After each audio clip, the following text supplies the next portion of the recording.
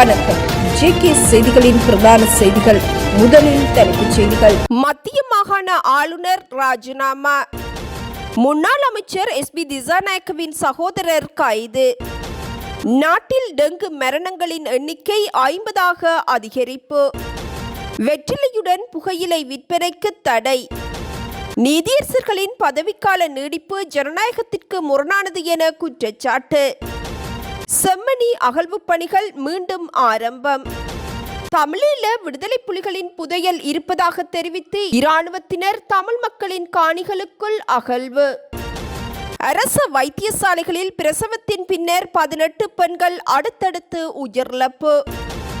மத்திய மாகாண ஆளுநர் பேராசிரியர் சரத் அபேகோன் தனது பதவியில் இருந்து விலகுவதற்கான ராஜினாமா கடிதத்தை ஜனாதிபதி அனுரகுமார திசாநாயக்கவிடம் சமர்ப்பித்துள்ளார். சில நாட்களுக்கு முன்னர் ஜனாதிபதிக்கு அனுப்பப்பட்ட இந்த ராஜினாமா கடிதத்திற்கு இதுவரை எவ்வித பதிலும் கிடைக்கவில்லை எனவும் இந்த ராஜினாமை ஜனாதிபதி ஏற்றுக்கொண்டாரா இல்லையா என்பது குறித்து இதுவரை எவ்வித அறிவிப்பும் விடுக்கப்படவில்லை எனவும் பேராசிரியர் சரத் அபேகோன் தெரிவித்துள்ளார். அத்துடன் தான் பதவியில் இருந்து விலகுவதற்கு எடுத்த முடிவு முற்றிலும் தனிப்பட்ட காரணம் எனவும் அவர் சுட்டிக்காட்டியுள்ளார். பேராசிரியர் சரத் அபேகோன் பேராதனை பல்கலைக்கழகத்தின் துணை வேந்தராக சில காலம் பணியாற்றியுள்ளார்.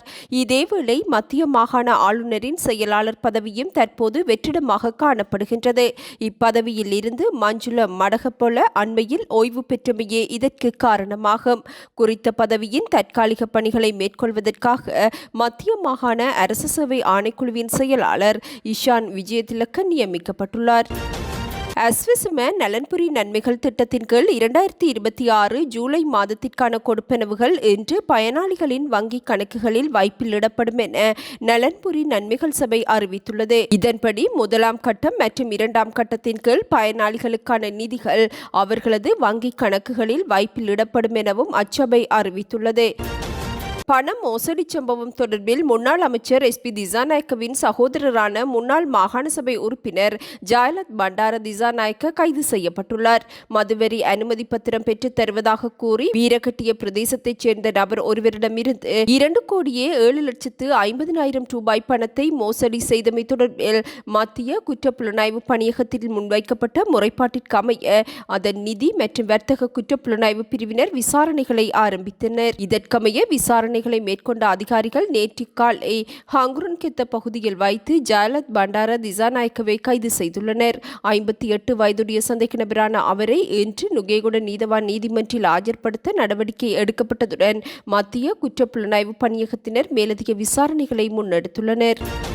உள்ளூராட்சி மன்ற தேர்தலில் போட்டியிடும் பிரதி மேயர் அல்லது உப தவிசாளராக தெரிவு செய்யப்படும் அரசியல் உரிமைகளை கொண்ட அரசு அதிகாரிகளுக்கு சம்பளத்துடனான 6 நாட்கள் விடுமுறையை பெற்றுக்கொள்வதற்கு அல்லது சம்பளமற்ற விடுமுறையை வழங்குவதற்கு அரசாங்கம் தீர்மானித்துள்ளது. 33ஆம் அத்தியாயத்தின் 2, 3, 4 உப பிரிவை திருத்தி வெளியிடப்பட்ட 2021 ஜூன் 25ஆம் தேதி இடப்பட்ட 12 கீழ் 2021 இலக்க அரச நிர்வாக சுற்றறிக்கையை மேலும் திருத்தி புதிய விதிகள் உள்ளடக்கப்பட்டுள்ளன.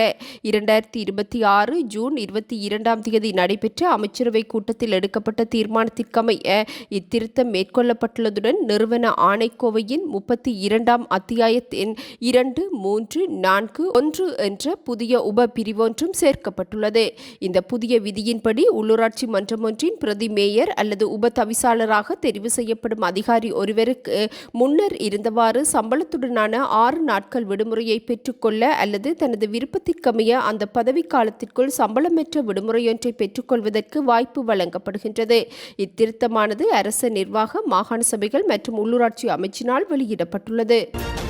இவ்வாண்டின் இதுவரையான காலப்பகுதியில் பதிவாகியுள்ள டெங்கு நோயாளர்களின் எண்ணிக்கை 71,000 கடந்துள்ளதாக தேசிய டெங்கு ஒழிப்பு பிரிவு அறிவித்துள்ளது. இதற்கமைய நேற்று வரையான தரவுகளின் அடிப்படையில் நாட்டில் பதிவாகியுள்ள டெங்கு நோயாளர்களின் எண்ணிக்கை மேலும் அதிகரித்துள்ளதுடன் 49 டெங்கு மரணங்களும் சம்பவித்துள்ளன. இதேவேளை டெங்கு தொற்றுநோய் நிலைமையானது தீவிர தொற்றுநோயாக உருவெடுத்து வருவதாக அரச வைத்திய அதிகாரிகள் சங்கம் குற்றம் சுமத்தியுள்ளது.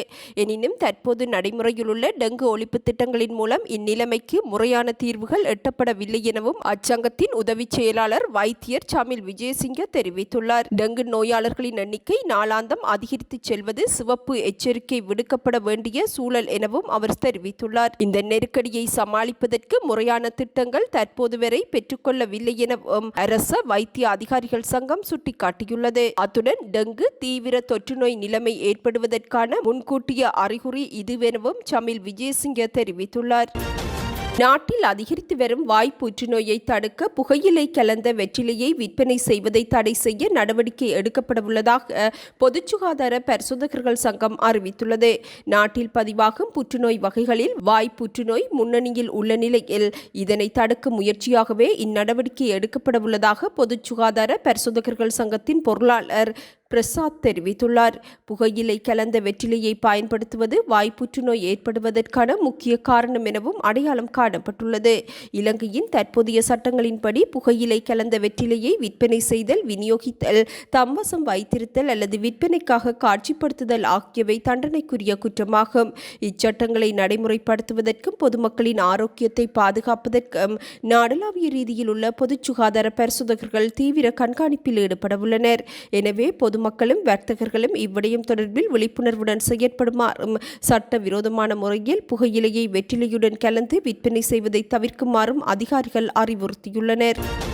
உயர்நீதிமன்ற நீதியரசர்களின் ஓய்வு பெறும் வயதெல்லையை நீட்டிப்பதற்காக அரசாங்கம் முன்னெடுக்கும் முயற்சிகள் ஜனநாயக பண்புகளுக்கு முரணானவை என ஐக்கிய மக்கள் சக்தியின் நாடாளுமன்ற உறுப்பினர் கலாநிதி ஹர்ஷடி சில்வா தெரிவித்துள்ளார். நீதித்துறை தொடர்பாக அரசாங்கம் தன்னிச்சையான போக்குடன் செயற்படுவதாகவும் அவர் சுட்டிக்காட்டியுள்ளார். நாட்டில் ஆசிரியர்கள், மருத்துவர்கள் மற்றும் தொழிலாளர்கள் என அனைத்து துறையினரினதும் ஓய்வு பெறும் வயதை அதிகரிப்பது தொடர்பாக பொதுவான கொள்கை ரீதியிலான விவாதம் அவசியமாகும். அதை விடுத்து திடீரென சட்டம் மூலத்தை கொண்டு வந்து குறிப்பிட்ட சில நீதியரசர்களின் பதவிக்காலத்தை மாத்திரம் நீடிக்க முற்படுவது முற்றிலும் ஜனநாயகத்திற்கு விரோதமானது எனவும் அவர் சுட்டிக்காட்டியுள்ளார். அரசியலமைப்பில் திருத்தம் மேற்கொள்வது என்பது வெறும் 8 அல்லது 16 நபர்களின் பதவிக்காலத்தை நீடிப்பதற்காக இருக்குமா என் அது ஒரு அப்பட்டமான அரசியல் தேவைக்காக மேற்கொள்ளப்படும் நடவடிக்கை எனவும் அவர் சுட்டிக்காட்டியுள்ளார். இத்தகைய போக்கு நாட்டின் மிக உயர்ந்த அரசியலமைப்பு சட்டத்தை அரசியல் மயமாக்கி விடும் எனவும் ஹர்ஷடி சில்வா தெரிவித்துள்ளார். முன்னொரு காலத்தில் நாடாளுமன்றத்தின் பலத்தை பயன்படுத்தி ஜனாதிபதியின் பதவிக்காலத்தை நீடிக்க முற்பட்ட போதும் பிரதம நீதியரசரை பதவியிலிருந்து நீக்கிய போதும் நாடு பெரும் பின்னடைவை சந்தித்தது. அந்த மோசமான விளைவுகளை நாம் ஏற்கனவே கண்டுள்ளோம். எனவே அரசாங்கம் எதிர்க்கட்சிகளின் குரல்களை மாத்திரமன்றி நாட்டின் கல்விமான்கள், சட்ட வல்லுநர்கள் மற்றும் இலங்கை சட்டத்தரணிகள் சங்கம் ஆகியவற்றின் கருத்துக்களுக்கு மதிப்பளித்து இத்தவறான நடவடிக்கையை உடனடியாக கைவிட வேண்டும் எனவும் ஐக்கிய மக்கள் சக்தியின் நாடாளுமன்ற உறுப்பினர் கலாநிதி ஹர்ஷடி சில்வா வலியுறுத்தியுள்ளார். யாழ்ப்பாணம் செம்மணி மனித புதைக்குழியில் முன்னெடுக்கப்பட்டு வரும் 3ஆம் கட்ட அகழ்வு பணிகளின் 3ஆம் பகுதி இன்று மீண்டும் ஆரம்பமானது. யாழ் நீதவான் நீதிமன்றத்தின் அனுமதியுடன் முன்னெடுக்கப்படும் 3ஆம் கட்ட அகழ்வு பணிகளுக்காக மொத்தம் 56 நாட்கள் ஒதுக்கப்பட்டுள்ளன. கடந்த 32 நாட்கள் அகழ்வு பணிகள் நிறைவடைந்த நிலையில் ஜூன் 23ஆம் தேதியுடன் பணிகள் தற்காலிகமாக இடைநிறுத்தப்பட்டது. முதலாம் கட்டம் கடந்த மே மாதம் 15ஆம் தேதி ஆரம்பமாகி 9 நாட்கள் நடைபெற்று 19 மனித எலும்புக்கூடுகள் மீட்கப்பட்டது. இரண்டாம் கட்டமாக கடந்த ஜூன் 26 முதல் செப்டம்பர் 3ஆம் தேதி வரை 45 நாட்கள் நடைபெற்றதுடன் முதலாம் கட்டத்தில் கண்டெடுக்கப்பட்டவை உட்பட மொத்தமாக 240 எலும்புக்கூடுகள் அடையாளம் காணப்பட்டது. அத்துடன் 3ஆம் கட்டம் கடந்த ஏப்ரல் 27 முதல் மே 9 வரை 12 நாட்கள் நடைபெற்றதுடன் 23 வரை 22 நாட்களும் பணிகள் இடம்பெற்றன. இதன்போது மே மாதத்தில் மாத்திரம் 21 எலும்புக்கூடுகள் மீட்கப்பட்டது. இதன்படி இதுவரை மேற்கொள்ளப்பட்ட அகழ்வு பணிகளில் மொத்தமாக 412 எலும்புக்கூடுகள் அடையாளம் காணப்பட்டுள்ளதுடன் 409 எலும்புக்கூடுகள் இதுவரை அகழ்ந்தெடுக்கப்பட்டுள்ளமையும் குறிப்பிடத்தக்கது. முல்லைத்தீவு புதுக்குடியிருப்பு போலீஸ் பிரிவிற்குட்பட்ட தேவிபுரம் பகுதி கணேஷ் திட்டத்தில் உள்ள தனியார் காணியில் விடுதலை புலிகளின் புதையல் இருப்பதாக தெரிவித்து அகழ்வு பணிகள் இடம்பெற்றுள்ளன. குறித்த தனியார் காணியில் விடுதலை புலிகள் ஆயுதங்கள் இருப்பதாக கூறி கொழும்பிலிருந்து சென்ற குற்றப்புலனாய்வு பிரிவினர் நீதிமன்றத்தின் அனுமதியை பெற்று ஜேசிபி இயந்திரத்தின் மூலம் அகழ்வு பணியை ஆரம்பித்திருந்தனர். இதன்போது ஊடகங்களுக்கான செய்தி சேகரித்தலுக்கான அனுமதி மறுக்கப்பட்டிருந்தது. எனினும் ஊடகவியலாளர்களுக்கு அப்பகுதி மக்களால் வழங்கப்பட்ட தகவல் தகவலை அடுத்து குறித்த அகழ்வு பணியின் உண்மைத்தன்மையை வெளிக்கொண்டு வரும் நோக்கில் அப்பகுதியில் செய்தி சேகரிக்க சென்றபோது அகழ்வு இடம்பெறும் பகுதிக்குள் செல்வதற்கும் காணொலி மற்றும் புகைப்படங்கள் எடுப்பதற்கும் அனுமதி மறுக்கப்பட்டிருந்தது. நேற்று இடம்பெற்ற அகழ்வின் போது எதுவும் கிடைக்காத நிலையில் முதல் நாள் அகழ்வு பணிகள் நிறைவு பெற்றிருந்ததுடன் இரண்டாம் நாள் அகழ்வு பணிகள் இன்று நடைபெற்றது. இருப்பினும் இதுவரை இடம்பெற்ற அகழ்வு பணிகளில் எவ்வித ஆயுதங்களோ தங்கங்களோ மீட்கப்படவில்லை எனவும் அறிவிக்கப்பட்டுள்ளது. அமெரிக்க தேசிய வானிலை மையம் தற்போது நிலவும் எல்னினோ காலநிலை சூப்பர் எல்னினோவாக மாறுவதற்கான வாய்ப்பு 81% அதிகரித்துள்ளதாக எச்சரிக்கை விடுத்துள்ளது. இக்காலநிலை மாற்றம் 2027 ஆண்டின் ஆரம்ப வசந்த காலம் வரை நீடிக்க 97% வாய்ப்புள்ளதாகவும் சுட்டிக்காட்டியுள்ளது. பசிபிக் பெருங்கடலின் மத்திய மற்றும் கிழக்கு பகுதிகளில் கடல் மேற்பரப்பு வெப்பநிலை இயல்பை விட 1 பாகை செல்சியஸ் முதல் 3 பாகை செல்சியஸ் வரை அதிகரித்துள்ளது. இது கடந்த நூற்றாண்டின் வலுவான எல்னினோ காலநிலையின் ஒன்றாக மாறக்கூடும் எனவும் அச்சம் வெளியிடப்பட்டுள்ளது. இந்த மாற்றத்தினால் தென்கிழக்கு ஆசியாவில் வறட்சி, காட்டுத்தீ மற்றும் உயிரிழப்புகள் ஏற்படலாம் எனவும் அறிவிக்கப்பட்டுள்ளது. ஏனைய சில பிராந்தியங்களில் அதீத மழையும் வெள்ளமும் ஏற்பட வாய்ப்புள்ளது. இந்த எல்னினோவின் தாக்கம் வலுவடைந்து வருவதனால் 2026 அல்லது 2027 ஆண்டுகள் உலகளாவிய வெப்பநிலையில் புதிய உச்சத்தை தொடக்கூடும் எனவும் வானிலை ஆய்வாளர்கள் எச்சரித்துள்ளனர். இந்த வானிலை மாற்றங்கள் உலகளாவிய விவசாய சந்தைகளிலும் பயிர் உற்பத்தியிலும் கடுமையான சவால்களை உருவாக்கும் அபாயம் ஏற்பட்டுள்ளது. நோவா அமைப்பு கடந்த ஜூன் மாதம் எல்னினோ தொடக்கத்தை அறிவித்த நிலையில் அதன் தீவிரம் எதிர்பார்ப்பை விட வேகமாக அதிகரித்து வருவதாக சர்வதேச ஊடகங்கள் செய்தி வெளியிட்டுள்ளன.